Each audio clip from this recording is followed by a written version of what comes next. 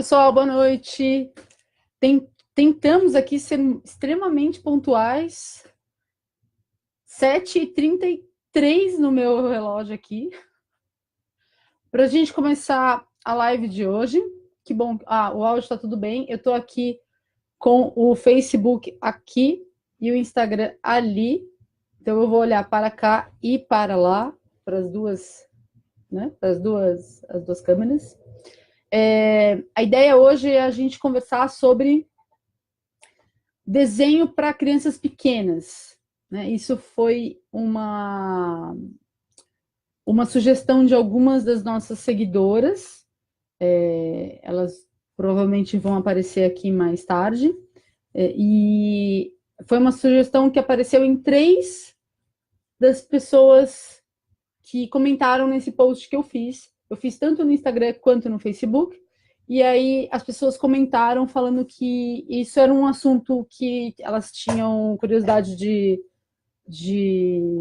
saber de como lidar com o desenho das crianças bem pequenininhas, das crianças que ainda não figuram, né? Então, eu vou escrever aqui para vocês, vou começar, porque as pessoas vão entrando. No Insta, depois eu posso passar essa lista num post ou fazer um stories, porque daí fica diferente, né? Mas, basicamente, a gente vai conversar de uma maneira de usar um determinado tipo de material e o que essa maneira implica em questões para as crianças pequenas, tá? Então, os materiais que a gente vai conversar hoje, eles são, assim, bem simples de vocês arranjarem, que basicamente é o rolo de papel craft, que é um papel grande, né? Nem cabe na tela aqui, ó.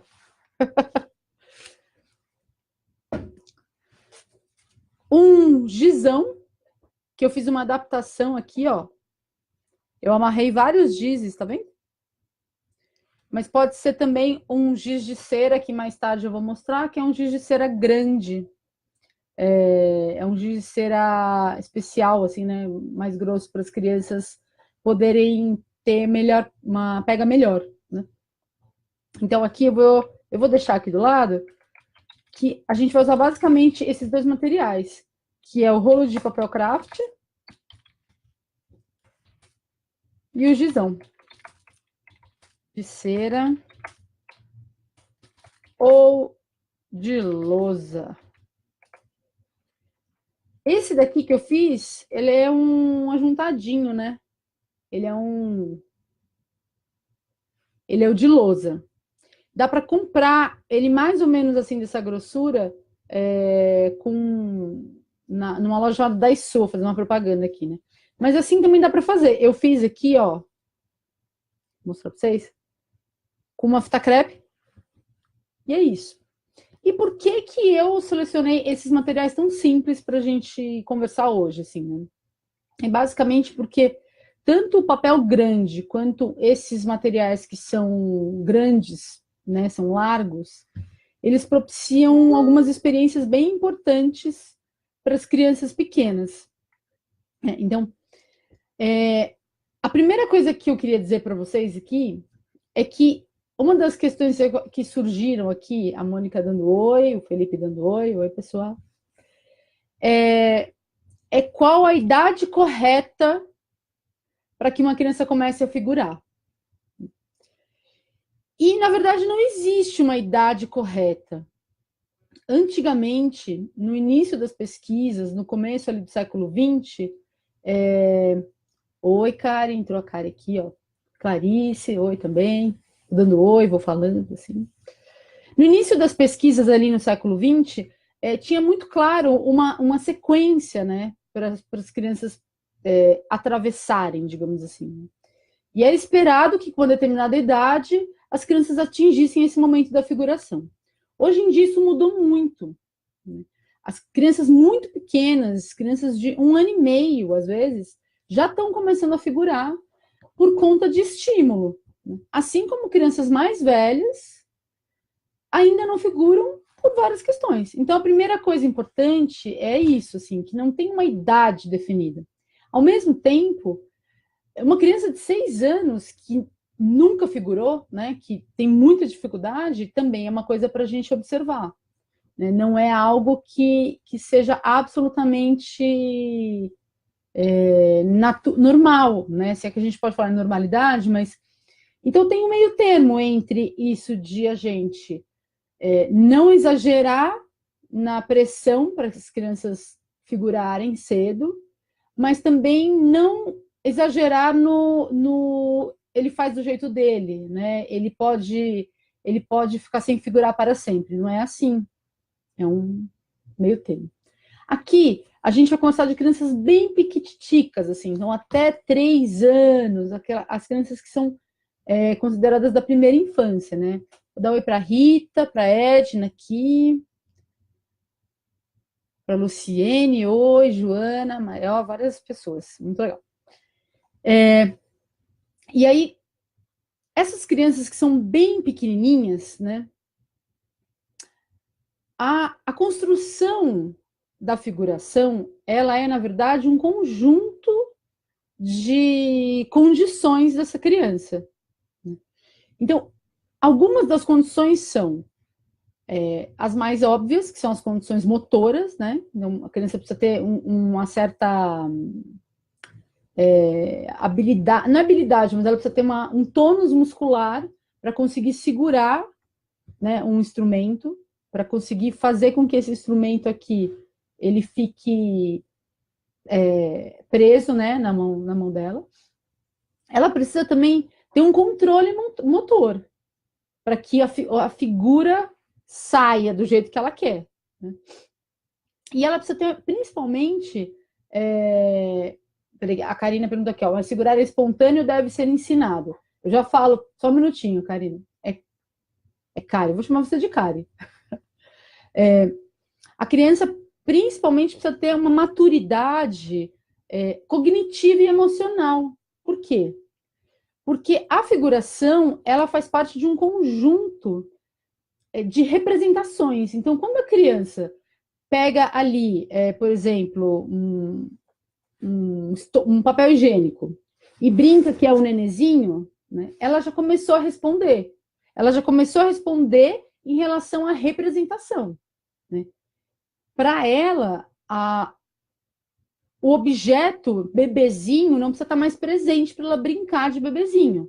Ela já sabe que qualquer outra coisa que possa ser ninada, pode ser uma caneta, pode ser... passível de se tornar um nenezinho. Né? Quando a criança passa a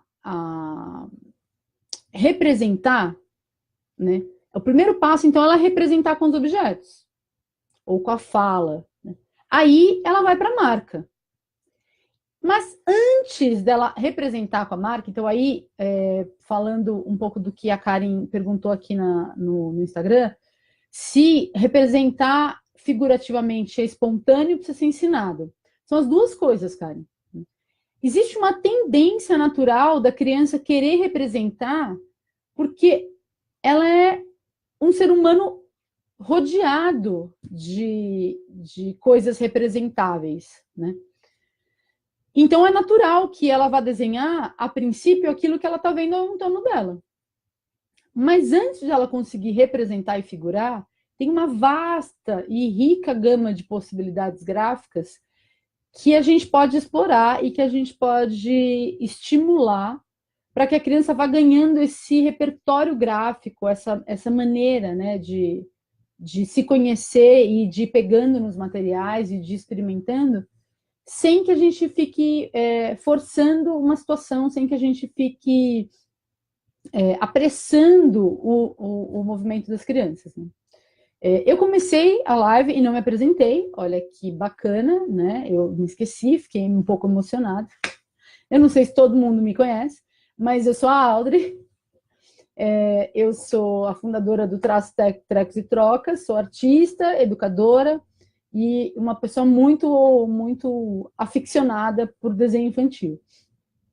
Então, Fiz um mestrado sobre esse assunto, fiz faculdade de artes visuais, trabalho com educação desde 2001, de crianças, e desde 2014 eu trabalho com formação de professores. Então, um resumo, assim, bem sucinto da minha experiência, da minha vida, só para vocês terem noção, né? A Daiane Ferro perguntou se eu posso falar também sobre as crianças de 4 anos. Posso. Boa noite, Dani. Posso falar sim. Na verdade, eu não vou falar de uma faixa etária, tá, pessoal? Eu vou falar dessa criança que ainda não figura. E como é que a gente pode lidar com isso? Assim, né? Então, a primeira coisa que eu gostaria de mostrar para vocês, eu vou compartilhar aqui a tela. Deixa eu ver se é possível compartilhar a tela. Se não for possível, depois eu publico isso para vocês. Espera aí, muita calma. No Insta não é, pessoal, possível compartilhar a tela. Então, eu vou... Olha, não é possível compartilhar a tela. Espera aí, editar a publicação. Vamos ver se a gente acha isso aqui. Porque a ideia é mostrar imagens para vocês e mostrar um vídeo também, né? Se não der para mostrar o vídeo, eu publico o vídeo depois. Esse vídeo que seria dentro do vídeo, um vídeo dentro do vídeo. Boa noite, Daiane. Boa noite, Isadora. A Isadora tá no Insta e tá no Face, tá? É um vídeo que um dos colaboradores do núcleo, um dos educadores, o Júlio, gravou para falar sobre os aspectos físicos, né? Boa noite, Juliana. Os aspectos de organização do ambiente para que a gente possa trabalhar com as crianças de uma maneira mais propícia, né? Olha, Serginho, boa noite, Serginho. Nossa, quanto tempo encontro Sérgio. A gente faz as lives, encontra os amigos, é muito bom. Mas, enfim, o que eu ia dizer aqui, antes dessa figuração, existe uma gama ampla de possibilidades que a criança vai desenvolvendo antes dela fechar uma figura. Então, para começar a entender que gama é essa, a gente tem uma série de movimentos que são os movimentos naturais das articulações, né? Então, a tendência da criança é começar a fazer riscos que sejam assim, ó. Porque isso é a... Opa, desculpa, bati aqui no microfone. Essa é a rotação natural do ombro dela. Né? Como ela não tem total controle do movimento aqui, ela vai fazer ou traços assim, né? Ou que sejam orgânicos aqui, que tenham a ver com essa rotação do ombro. Né? Então, isso é uma coisa bem importante de a gente perceber, por quê? Porque esse rabisco dela... E aí, como eu não consigo compartilhar a tela aqui com vocês, eu vou postar depois. A Poliane, olá, Poliane. Sejam todos bem-vindos, o pessoal do Insta, o pessoal do Face. Como a criança, quando é muito pequena, ela tem um controle motor muito baixo, né, muito pequeno, ela vai aproveitar todas as articulações que são mais naturais, né? Então, por isso que é interessante a gente colocar um papel bem grande ou em pé na parede ou no chão. Porque aí vai ser natural para ela. Ela vai imediatamente desenhar com toda a potência do braço dela. Sem ela precisar ficar controlando, porque ela ainda não tem esse controle. Né? Ela ainda não tem essa capacidade de administrar esse tônus muscular. E, na verdade, ela está tão encantada. Até o Alex entrou. Oi, Alex. Ela está tão encantada com a possibilidade de deixar uma marca no papel, né? Porque antes ela fazia assim com o movimento e nada ficava. Né? E, de repente, ela risca e fica... Aquilo é mágico, né? Como pode ela riscar e ficar? Então, diante dessa mágica que ela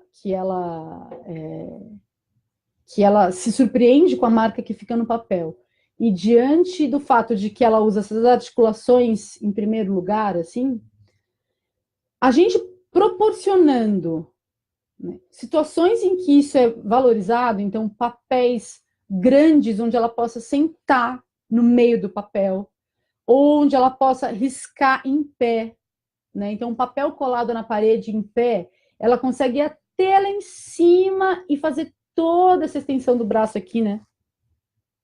Tudo isso aqui, ó, que é natural, é orgânico para ela, né? Ou no chão, que ela pode fazer todo esse movimento aqui. Às vezes não é possível, né? Tem escolas que não é possível ter papéis muito grandes. Mesmo papéis pequenos, é legal a gente ter o conhecimento de que, no começo, o que a criança vai fazer é o que o corpo permite que ela faça. Beleza. Então, a gente tem aí uma vasta gama de possibilidades, de traços fortes, traços fracos, de diferentes espessuras de materiais, né? Por exemplo, uma caneta dessa, não é que ela é proibida para as crianças, mas ela é inadequada, né? Porque ela é muito difícil de ter a pega e ela é muito fininha, né? Cadê o negócio? Já um giz que é mais grosso, né? Esse juntadinho aqui que eu fiz, ele é mais apropriado para a criança pegar assim, para a criança pegar de assim, ó, né? De assim, ou até de assim. Então, tanto esse material quanto essas possibilidades e a organização do ambiente, que é exatamente isso que o Júlio vai falar no vídeo que eu vou postar para vocês depois, já que eu não consigo compartilhar a tela, não é mesmo? A tecnologia tem os seus limites. Luciane, eu já vou ler a sua pergunta, tá? A configuração do ambiente também é muito importante, né? E uma das coisas que o Júlio fala, que vocês vão ver no vídeo logo depois que terminar aqui, é como o ambiente que tem poucos estímulos, ele pode fazer com que a criança foque no corpo e na ação desse corpo no desenho. Então, deixa eu ler aqui, peraí. Verdade, legal. Várias pessoas entrando, muito legal. Então, essa é uma coisa importante da organização do ambiente, né? Por exemplo, o meu escritório aqui não é um ambiente muito propício para bebês, porque ele é lotado de estímulos e a criança fica confusa diante de tantos estímulos, né? Aí, uma das meninas aqui, do Insta, me perguntou se o desenho figurativo, ele é espontâneo ou se ele é ensinado. Para criança bem pequena, ele é espontâneo, porque é da percepção humana ela começar a configurar quem está no entorno dela. Então, assim, dificilmente ela vai fazer algo que não esteja no entorno dela. Então, ela vai fazer a mamãe, ela vai fazer o papai, ela vai fazer a vovó, o cachorro, todos de forma semelhante, né? Mas ela vai fazer essas coisas que estão no entorno. E ela vai começar com aqueles traços que são orgânicos. Por quê? Porque o traço reto, tudo que tem quina e que tem reto, né? Por exemplo, aqui, a borda do computador, né? É altamente complexa para as crianças fazerem. Altamente. Porque, olha, é uma coisa... vamos pensar junto aqui, né? A criança, ela tem aquela movimentação que é sem controle. Para fazer um círculo, se ela ficar sem controle, não tem problema nenhum, porque aquilo não vai parar de ser um círculo, né? Agora, para fazer um quadrado, eu vou fazer aqui com vocês ao vivo um quadrado, né? Ela precisa começar num ponto e ela precisa descer, ou seja, ela precisa ter o controle de onde ela para. E, nossa, vou fazer com as duas mãos, vai ser uma aventura, vamos lá. Então, ela começa aqui e ela vai descendo. Ela tem que ter o controle de onde ela para. Isso já é complexo. Aí, ela tem que medir o ângulo para fazer um quadrado, ser reto, e não ser um bololô. Aí, ela tem que subir na mesma medida do traço. E ela completa o traço. Isso requer um nível de complexidade cognitiva e motora que é muito alta para crianças muito pequenas. Então, não precisa apressar, né? Não tem necessidade de a gente apressar. Mas, ao mesmo tempo, não tem problema da gente ensinar, brincando, né? Ah, vamos fazer uma minhoca que vai daqui até aqui? Né? Vamos brincar de fazer vários pontinhos? Né? Isso tudo vai ensinando na brincadeira. Como é que a criança faz para controlar o braço dela? Como é que ela faz para lembrar de todos esses dados, né? Por isso, muitas vezes, que a criança também, pequena, ela desenha as formas do rosto todas jogadas, assim, né? Eu tinha separado umas imagens que eu não consegui colocar aqui, mas vocês vão ter acesso depois. Por que ela joga as coisas dentro, assim, né, do rosto? Porque é muito difícil a gente lembrar de tudo, lembrar da proporção. É muito comum também as crianças fazerem uma coisa grandona, assim, e aí não ter espaço para colocar o olho ou a perna, né? Então, a figuração, ela pode ser ensinada, mas ela não precisa ser apressada. Né? Isso é bem importante de a gente, assim, disso ser elucidado, de vocês deixarem as dúvidas que vocês têm, tanto no Insta quanto aqui no Facebook, para a gente manter essa conversa. Né? Porque eu vejo muita ansiedade nos pais e nos professores de que a criança não figura pessoas, ou de que a criança não faz o papai e a mamãe, e qual o problema que ela tem, e se ela precisa de um diagnóstico. Então, isso é calma, né? Ou o contrário, de crianças mais velhas, que de repente já tinham que estar figurando, porque daí isso representa uma maturidade, né? E não tão, e aí a justificativa é eu faço do meu jeito, né? O que é um problema também. Eu vou ler aqui as perguntas, vamos lá. A Luciene Fernandes perguntou assim: algumas crianças com TEA dificilmente conseguem se concentrar e ou pouco exploram os materiais gráficos oferecidos. O que você sugere para o trabalho com essas crianças? Bom, eu vou primeiro te perguntar, Luciene, se TEA é transtorno de ensino-aprendizagem, é isso? Porque essa sigla eu não tenho familiaridade com ela. Para crianças que...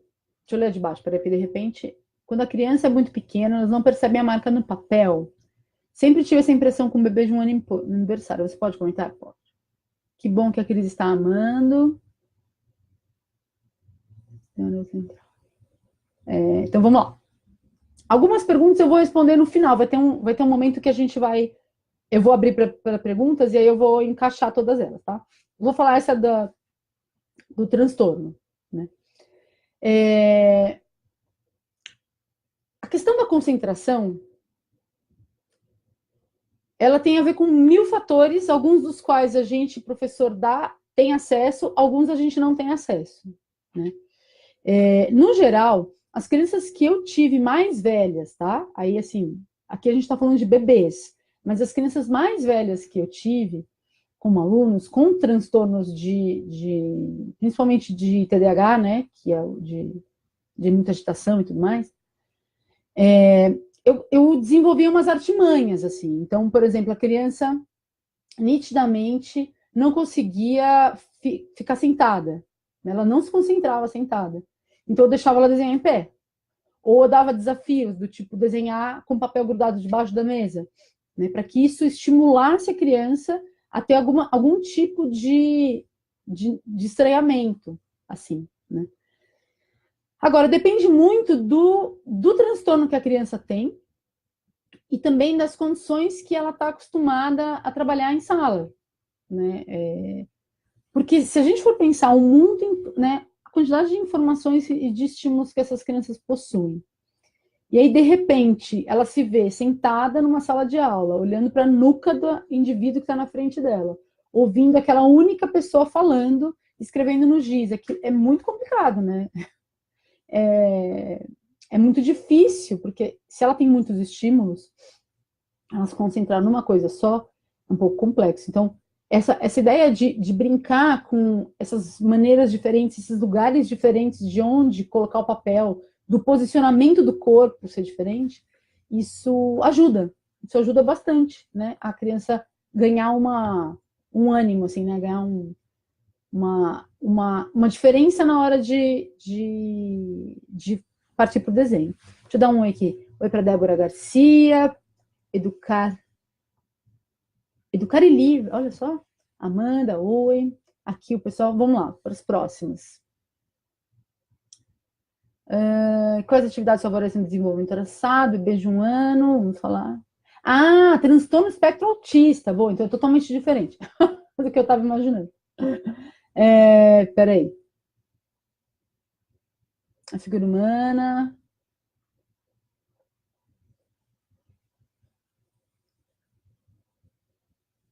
Ó, o Júlio entrou. Vamos ver, Júlio, se você consegue. Se a gente consegue. Eu não consigo compartilhar aqui, então não. Então tá. Vou organizar aqui as perguntas. Já vou falar do transtorno, tá? Do transtorno de espectro autismo. Porque ele pode ser também, né? TEA, transtorno de ensino-aprendizagem, enfim. Mas de espectro autismo. Bom, vamos lá. Quando a criança... A Thaís perguntou. Quando a criança é muito pequena, elas não percebem a marca no papel. É uma pergunta. Elas não percebem? Sempre tive essa impressão com bebês de 1 ano ou menos no berçário. Às vezes elas não percebem mesmo. Quando a criança é muito pequena e ela não consegue perceber nem... ela não consegue nem representar com outras coisas, né? Não tem nem a brincadeira de transformar uma outra coisa num bichinho ou num papai ou qualquer coisa assim. Muitas vezes eles não percebem mesmo. Eles vão perceber com a maturidade, de olhar outras crianças desenhando, né? De perceber desenhos prontos. Então, às vezes, os bebezinhos bem pequenininhos, eles realmente não têm essa noção e muitas vezes eles não têm a noção nem de onde termina o papel, né? Que eu vou fazer um outro vídeo sobre isso também, né? De como a gente faz para a criança perceber os formatos do papel. Então, como fazer para a criança perceber? Às vezes ela não está no momento de perceber ainda também, né? Ela é tão petitiquinha que ela não está ainda pronta mesmo para sacar, para entender que você faz um risco. Cadê? Meu risco aqui. O negócio aqui é ao vivo, entendeu, pessoal? Que a gente faz um risco e é uma marca que ela deixou. Às vezes, acontece também da criança deixar a marca e depois não reconhecer que foi ela que deixou. Isso também acontece, né? Então, com a maturidade, com um pouquinho mais de tempo, ela vai começando a perceber que o que ela faz veio dela, né? E é óbvio que você pode mostrar. Olha, foi você que fez isso aqui. Fazer com ela, né? Desenhar, não pegar na mão dela necessariamente, mas fazer com ela. Olha só, eu consigo fazer isso. Vamos fazer junto? Vamos riscar junto? Essa é uma estratégia. A Maria Ângela falou aqui, perguntou se isso implica na imaturidade do SNC. SNC seria Sistema Neurológico Central? Vocês estão cheios de siglas, pessoal. As siglas são... implica em maturidade. Então, a partir do momento em que a criança passa a figurar e representar, porque também tem aquilo que a gente adulto identifica como figura, né? Que às vezes a criança só risca e ela não nomeia como figura. Quando ela começa a nomear como figura, ela pega uma imagem, ela pega um papel, né? Aponta algo falando mamãe, ou cachorro, ou qualquer coisa assim, de fato, aí ela está começando a figurar mesmo, né? Às vezes ela só rabisca e para ela aquilo é só o prazer do movimento. Então implica numa maturidade. É um sinal, é um marco de maturidade. Isso é importante a gente deixar claro. Quando a criança começa a figurar, isso é um marco de desenvolvimento cognitivo, né? Quais atividades favorecem o desenvolvimento traçado? Então vamos lá para a próxima parte da live. Bom, Quem perguntou isso foi a Márcia. Deixa eu ver se tem mais. Tem várias outras perguntas. Peraí. A figura humana.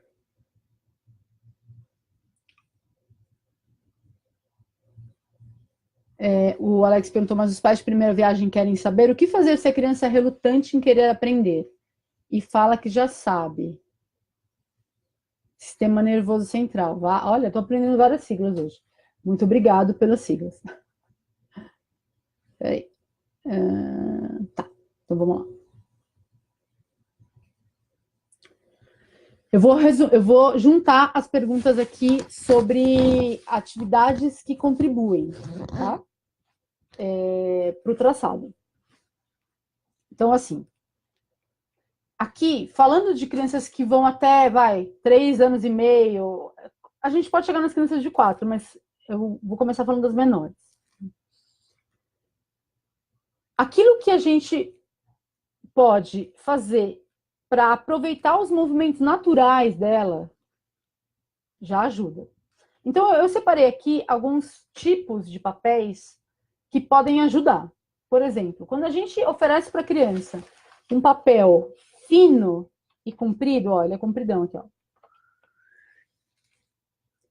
A tendência dessa criança, se ela vê esse papel assim, ela vai começar a fazer traços verticais. Aqui é mais difícil de fazer coisas redondas.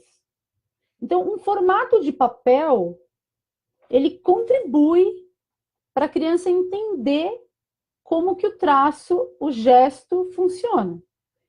Então, se esse papel é colocado de assim, a tendência da criança é fazer um traço horizontal, é riscar de assim. Então, o formato do papel pode contribuir para essa aprendizagem. Então, aqui, por exemplo, eu trouxe mais esse formato aqui. Então, quem é professor aqui, ou é pai, é mãe, faça essa experiência de fazer oferecer um círculo assim, ó, e ver o que a criança faz. Talvez a princípio ela fique no meio, tal, mas vai chegar um momento em que ela vai começar a fazer as bordas do papel. Ela vai seguindo aqui, ó, as bordas. Ela vai tentar imitar as bordas. E isso é uma maneira de ela aprender sobre o traçado. E a gente pode brincar com vários formatos. Eu trouxe um outro formato aqui, ó, que é um triângulo. Triângulo é altamente complexo de criança pequena fazer. Mas como você oferece, assim, né, como quem não quer nada, oferece um triângulo para a criança brincar, experimentar, sem grandes pressões de a criança fazer um triângulo, em algum momento ela vai começar a desenhar a borda. Ela vai seguir a borda. E isso vai fazer com que ela entenda quanto tempo ela precisa ficar fazendo até parar o traço. Aonde que ela precisa virar o traço aqui, ó, para continuar até aqui. Depois, como que ela precisa subir esse traço aqui para terminar até aqui. Uma outra maneira é a gente fazer junto. Mas não fazer junto no sentido de ensinar a forma correta. Desculpa, gente. Macedinho. Não ensinar a forma correta, né? Mas brincar junto de vamos fazer bolinha? Ah, hoje vamos fazer bolinha junto. Nossa, agora vamos fazer minhoca? Minhoca, vamos fazer minhoca. Como é que é a sua minhoca? Como é que é a minha minhoca? Agora, ó, eu vou te ensinar como é que a gente faz um traço que começa num ponto e para no outro ponto que eu quero. Então, vamos repetir. Começa num ponto e para no outro ponto. Vamos brincar disso? E assim, esse tipo de fazer junto, né, ele ajuda a criança a entender qual é o gesto que você faz, qual é o tempo que você leva para fazer esse gesto. Isso não vai reprimir a criatividade, nem a espontaneidade, ela não vai passar a só fazer traços como você. Fiquem tranquilos, assim. Não vai acontecer isso. Ela precisa de uma referência. Ela aprende te copiando, né? Seja você pai, irmão mais velho, professor, qualquer pessoa que tenha mais experiência do que ela vai ser referência. Vai ser referência. Então, essas atividades, tanto de fazer com as crianças, né, junto, sentar na mesa ali, sentar no chão, fazer junto, quanto de proporcionar outros formatos de papel, são duas maneiras de fazer as crianças entenderem como é que faz esse formato. Deixa eu ver aqui as dúvidas, vamos lá. Aqui há uma dúvida do Insta. A Gleice, querida, fico pensando no que pode pensar uma criança ao se deparar com uma obra de Saitomble, tanto as pequenininhas quanto as que já figuram. Peço um comentário teu. Nossa, uma pergunta assim, tipo, o que é a vida, né? Gleice, peraí, Gleice, vamos lá. Já falo. Deixa eu ler aqui, vamos ver. Então, a Márcia, isso que eu te falei deu conta dessa sua questão, né? Do que favorece esse desenvolvimento? Então, essa possibilidade de expandir o traço para o movimento orgânico, esses formatos de papel que são diferentes, essa maneira de você brincar junto, essas são possibilidades. Já vou falar do espectro autismo. Vamos lá. Tem figura humana. Crianças relutantes em aprender. Exercícios de coordenação motora fina ajudam, Alex. Ajudam, mas não naquela... Eu acho que assim, eu não, né, aí eu não sou uma especialista em coordenação motora. O Júlio, que estaria, né, cujo vídeo eu vou colocar logo mais, ele pode falar mais sobre isso. Inclusive, você também pode falar mais sobre isso, porque você estudou educação física.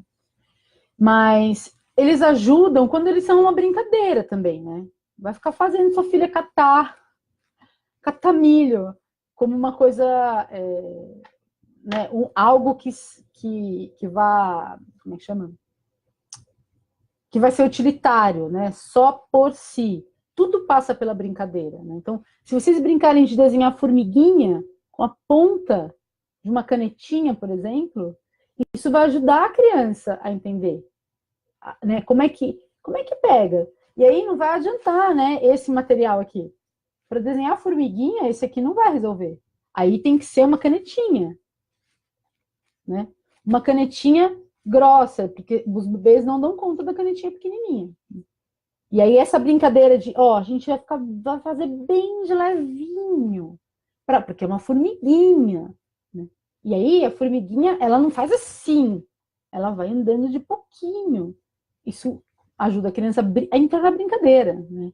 A participar da coisa de uma forma lúdica, né? Olha, a Tami entrou, oi, Tami. Quais atividades, a Poliane, quais atividades você sugere para trabalhar com crianças com 3 anos em grupo que mescle brincadeira com desenvolvimento da coordenação motora fina? Não, acabei de falar. Então, acho que essa de... Peraí. A faixa etária são as crianças que ainda não figuram. Então, elas podem até 3, 4 anos, como elas podem ter 1 ano e meio, já figuram. Tá, Alex? Podemos chamar de imagem sinestésica. Nossa, são várias que... Ah, Márcia cumpriu com ela. Então, vamos lá. Vou conversar agora aqui sobre bom, eu falei dessas atividades, né? Que mescle a brincadeira com a coordenação motora fina. Eu acho que misturar bichos, né? Brincar de pegadas de bichos, brincar de coisas que são pequenininhas, né? Neném gosta de neném, né? Então, falar de que é um desenho nenezinho, né? É uma coisa pequenininha, também pode ajudar nessa coisa de pegar algo pequeno que estimule essa coordenação motora fina e que se torne brincadeira. No entanto, não necessariamente é a coordenação motora fina que faz com que a criança figure, né? Tá muito mais atrelado no meu modo de ver, baseado num casal de autores chamado... Vou escrever aqui para vocês verem.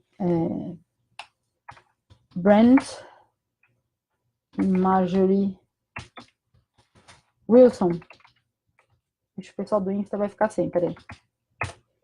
Dent and Marjorie Wilson. Eu posto uma coisa deles também, para vocês do INSPE. Eles dizem que a criança que tem contato com outras pessoas desenhando, outros desenhistas mais experientes, e contato com desenhos prontos, e aí eu já vou falar do que a Gleice comentou ali, né? Como a criança se relaciona com algo que, com um artista cujos trabalhos são rabiscos, assim. Isso vai fazendo como se fosse um arquivo mental, né? Para que a criança entenda que existe esse campo do conhecimento do desenho. Então, a motricidade fina é um dos elementos. O contato com outras pessoas que desenham é outro, e eu acho que é um pouquinho mais importante. Porque a motricidade fina é parte do desenvolvimento global da criança, né? E de alguma forma ela vai desenvolver.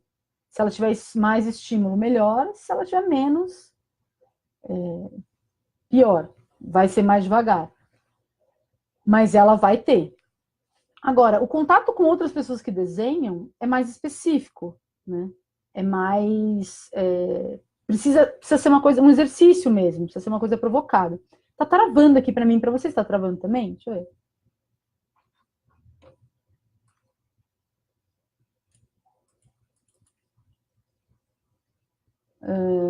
Vivi, olá, Vivi chegou. Camila Pinheiro, boa noite. Peraí. A faixa etária eu já comentei, né? Que é uma faixa etária para os pequenininhos mesmo. Nossa, aqui tá travando para mim, pessoal. Para vocês está travando? Tá travando aí no Insta ou não? Aqui, Face, travando? Não.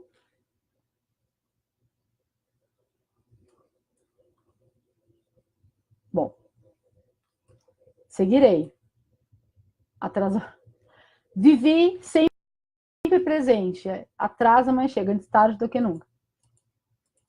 Tá travando aqui para mim, mas eu vou continuar, que daí depois a gente... Aqui não, tá? No Insta não tá travando, beleza. Bom, então tá. Já conversamos, então, sobre o aspecto do ambiente, né? De como o ambiente é bacana... tá travando bem pouquinho, tá bom, beleza.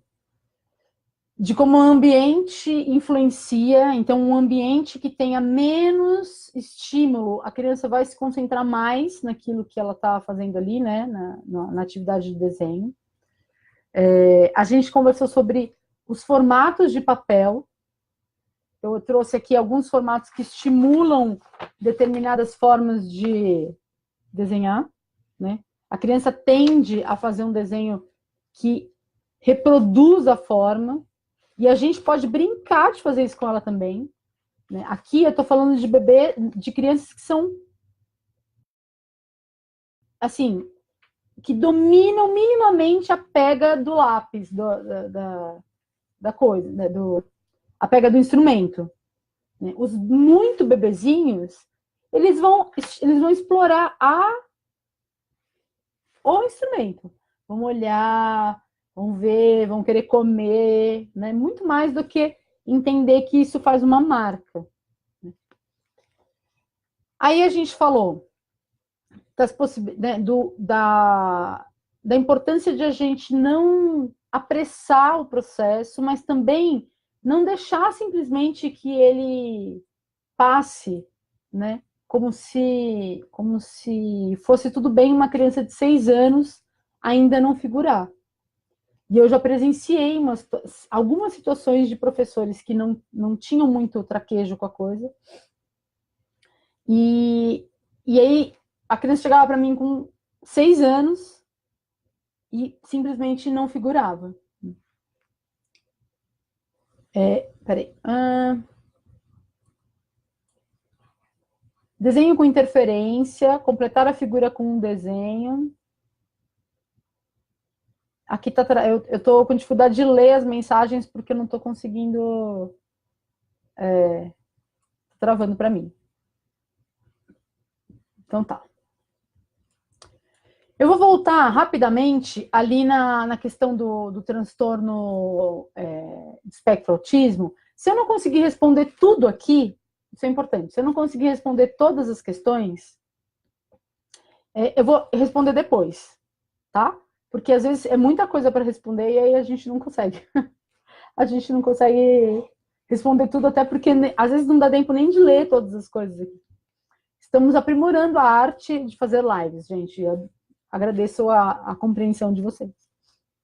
Então, sobre o espectro autismo, vou ser bem sincera, com crianças bem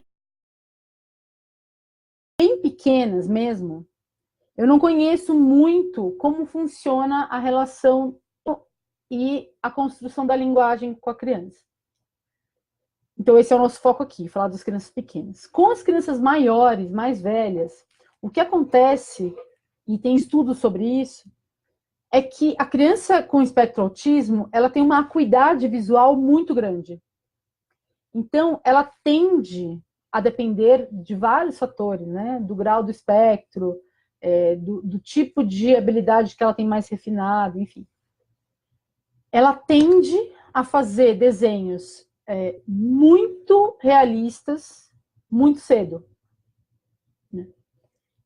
E a partir do momento em que ela ganha a linguagem escrita ou a linguagem oral, ela perde.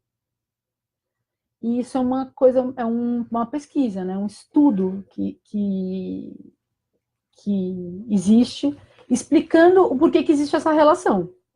Então, essa criança ela ganha uma linguagem e perde a outra. É curioso, né? No mínimo curioso. Eu não li esse livro inteiro, mas eu sei que tem essa coisa da acuidade visual. Então, para crianças, por exemplo, que são muito dispersas por conta do excesso de estímulo, né? Eu sei que a criança com espectro autismo é muito sensível a muitos estímulos. Então, se você coloca ela numa sala com, sei lá, o rádio tocando, um grupo de 5 pessoas falando, e entra alguém e fala na porta, ela se perde. Ela dá um tilt. No caso do desenho, eu entendo que esse silêncio, né, entre aspas, esse silêncio do desenho, talvez seja necessário também, né, de ela ter um desafio acessível por vez, mais um desafio. Então, se ela já terminou aquele desenho que era em pé, ela vai fazer um que é debaixo da mesa. E depois ela vai fazer um que é num papel bem pequenininho, né? E assim ela vai um por um, para que ela não se perca e nem fique exausta. Mas esse é um assunto muito vasto, assim, tem muitas questões que a gente daria para fazer várias lives só sobre isso, assim. E eu também precisaria estudar várias coisas, porque é um assunto que vai né, constantemente mudando. A gente tem mais 10 minutos, pessoal. Eu vou ler aqui mais algumas questões. E aí, depois, o que ficou, eu vou respondendo, tá? Vou fazendo... Peraí. Surge uma questão aqui que talvez seja... Ó, desenho com interferência, tintas para bebês. Ó, essa é uma questão interessante que a Cris colocou. O Alex perguntou o que é criança que figura. Criança que figura são crianças que desenham formas fechadas e nomeiam. Então, não adianta só, por exemplo, vou fazer aqui uma coisa rapidinho, né? A criança desenhar uma forma assim e não nomear. Assim, sem nomear, ela está dizendo uma garatuja, né? É um exercício gráfico, mas que ela não nomeia. Agora, se ela faz esse mesmo desenho, né? E ela coloca aqui uma situação assemelhada a uns olhinhos e fala papai, ela está figurando. Ela está representando, ela está fazendo uma representação do mundo real. Então, criança que figura é isso. Tintas para bebês. Como é a relação do grafismo e os materiais aquosos? Na verdade, grafismo é uma coisa, material aquoso é outra. Isso é uma pergunta bem interessante, Cris. Porque, assim, parte das encrencas que os professores se metem nas atividades, que dão errado, é por não compreender terem muito bem o uso dos materiais. E isso é normal, porque a formação é bem ruim, né? Então é complicado. A criança pequena, ela ama brincar com tinta, porque é sensorial, né? É uma coisa que, tipo, ela quer mergulhar na tinta, ela quer colocar tinta na cara, mas aí vai ficar muito difícil de ela fazer um grafismo. A criança pequena não vai fazer isso aqui, né? Que eu, imitando uma criança pequena, fiz. Ela não vai fazer uma forma com tinta. Ela vai fazer uma meleca com tinta. Travou no Insta? Voltou. Tá. Ela vai fazer uma meleca, porque naturalmente aquele material ele proporciona a meleca, né? Ele pede para virar meleca, né? Então, todos os materiais aquosos, para quem tem filho pequeno, é uma maravilha, principalmente essas tintas comestíveis, né? Se vocês jogarem no Google, nossa, agora eu não lembro o termo em inglês, mas em inglês tem vários tipos de tintas comestíveis que dá para fazer com iogurte. Então, eu vou colocar aqui, ó. Ixi, não foi. Ixi, travou tudo aqui, pessoal. Não consigo escrever, não consigo ler, enfim. Mas eu escrevo depois ali. Então, tinta feita com iogurte. Ah, agora foi. Comestíveis.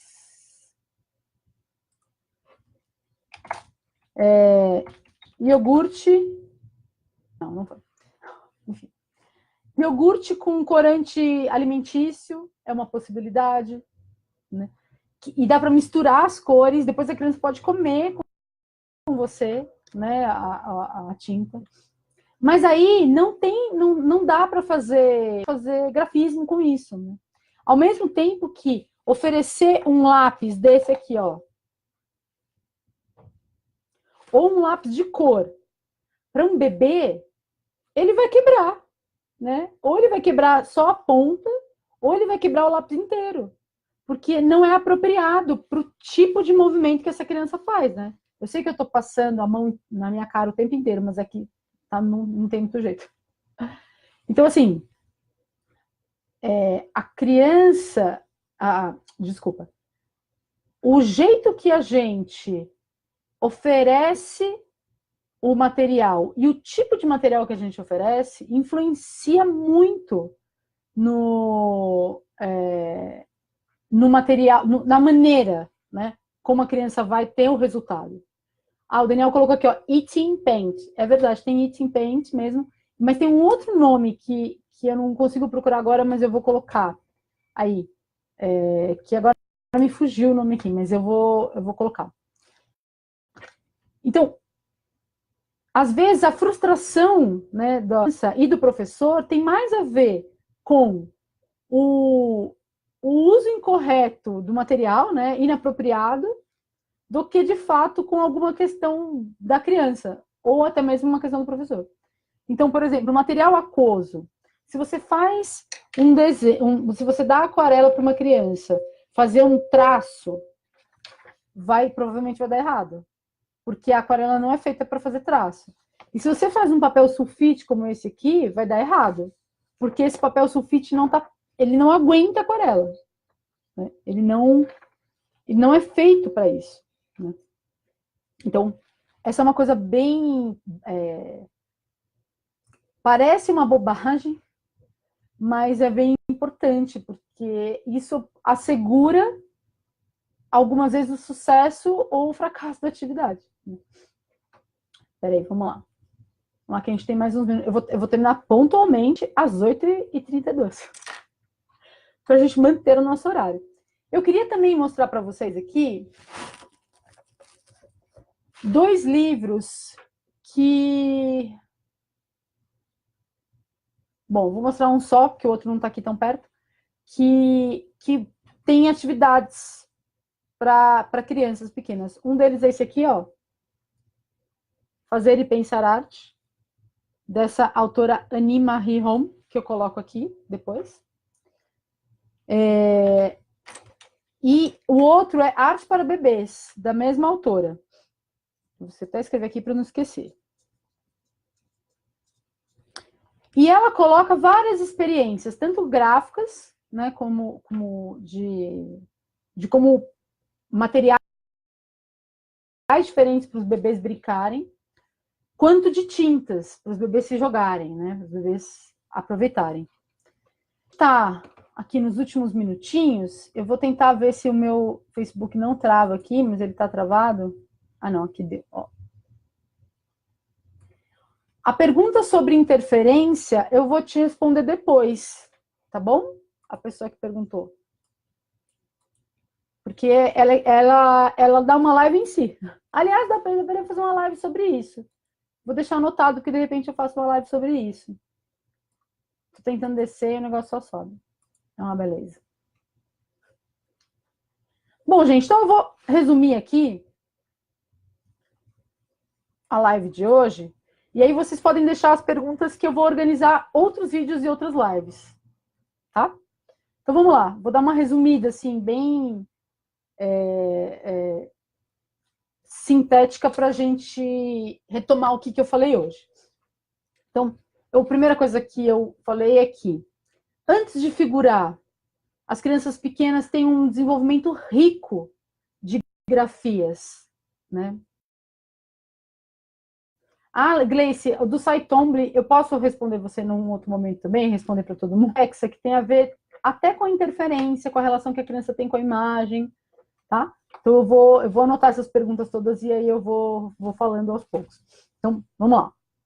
A criança pequena, antes de ela figurar, ela tem um repertório a ser construído, que são esses traçados baseados principalmente nas articulações do ombro e do cotovelo. Né?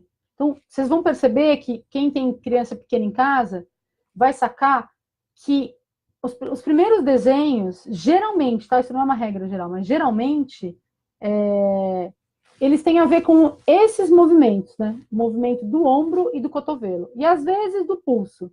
Mas o pulso requer um pouco mais de motricidade. A partir do momento que a criança vai crescendo e vai ganhando uma maturidade cognitiva e passa a representar, ou seja, ela começa a pegar um objeto e fazer de nenê, né, ou de cachorrinho, ela já começa a ter a maturidade para poder identificar que a marca que ela fez representa algo do mundo. Então, ela vai fazer a mamãe, o papai, o cachorro, né? Quem está em volta, né? Quem está em volta. Juliana, eu vou postar, fica tranquilo que eu vou postar os dois livros. Então, essa foi a primeira parte, né? A figuração, que é uma coisa que cria uma ansiedade, assim, né? Nos pais e todo mundo, né? E nos professores, ela vem a partir de uma série de fatores. Então, tem a motricidade, tem o aspecto cognitivo emocional, tem o contato com outros desenhistas, sejam crianças ou adultos, e tem o contato, o estímulo dos adultos. Então, se você senta com essa criança e brinca de desenhar com ela, e vai fazendo algo que ela tem acesso a copiar, né? Porque é uma cópia. Então, se você faz um desenho de florzinha, cheio de, né, de treco-treco, ela vai se sentir provavelmente intimidada. E não vai querer mais fazer desenho com você. Mas se você desenha para fazer rabisco com ela, pode ser que ela brinque de fazer rabisco com você mais vezes. E os rabiscos se tornem mais complexos. Então, essa foi a terceira parte. A terceira coisa. E aí a gente vai para os papéis e os ambientes. Então, esses ambientes que têm poucos estímulos, eles podem ser mais bacanas para crianças que são pequenas e que se dispersam. Coloca a criança sentada no meio do papel, sabe? Vamos para um rolo desses de craft, um rolão, daqueles rolões que vende nessas grandes papelarias. Põe ela sentada no meio, faz ela brincar de desenhar em volta dela. papéis compridos, altos, como esse daqui, ó, estimulam as crianças a desenharem traços compridos. Papéis assim estimulam as crianças a desenharem traços deitados. E aí, por fim, a dica, a orientação última é essa, né? De que o formato dos papéis, assim como o adulto brincando com a criança, isso vai ajudando a criança a entender como que ela faz. Porque o natural, né, o orgânico, o desenho espontâneo, tem a ver com a maneira como o corpo dela funciona. E esse desenho aprendido tem a ver com a forma como a gente ensina. Então, ensinar que o desenho começa num ponto e termina no outro, e aí o traço sobe, e aí ele vai para cá e finaliza aqui, é algo que a gente tem que ensinar. Porque sozinha, talvez ela, a tendência é ela aprender, né? Mas ela vai demorar muito mais tempo. Bom, pessoal, foi isso. Eu fiz uma experiência hoje de fazer a transmissão em 2 canais, aqui, ali, aqui, ali. Funcionou, surpreendentemente, eu achei que foi bom. Deixem as dúvidas de vocês aqui. O meu Facebook travou muito, eu não consegui responder todas as coisas, porque travou.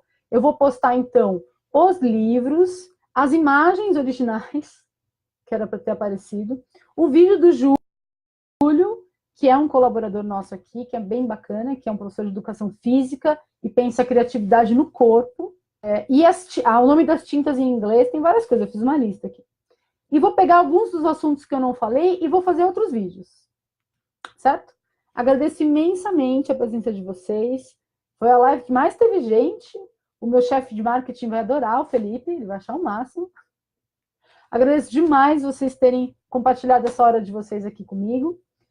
E aguardem que logo, logo eu vou lançar um curso online. E aí, quem for participando das lives vai ter acesso antes, né, desse curso.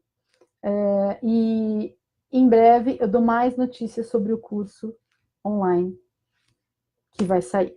Tá bom, gente? Agradeço muito. E é assim que a gente encerrar aqui, eu já vou postando as coisas que a gente combinou. Tá bom?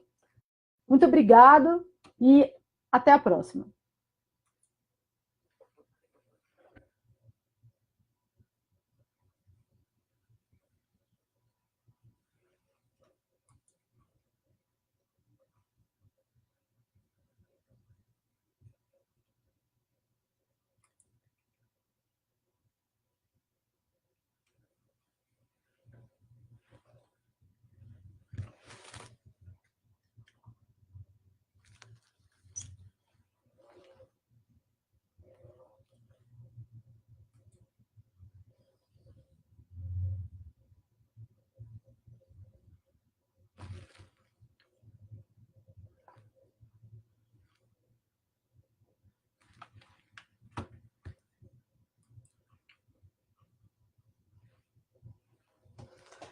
Ai, Jesus.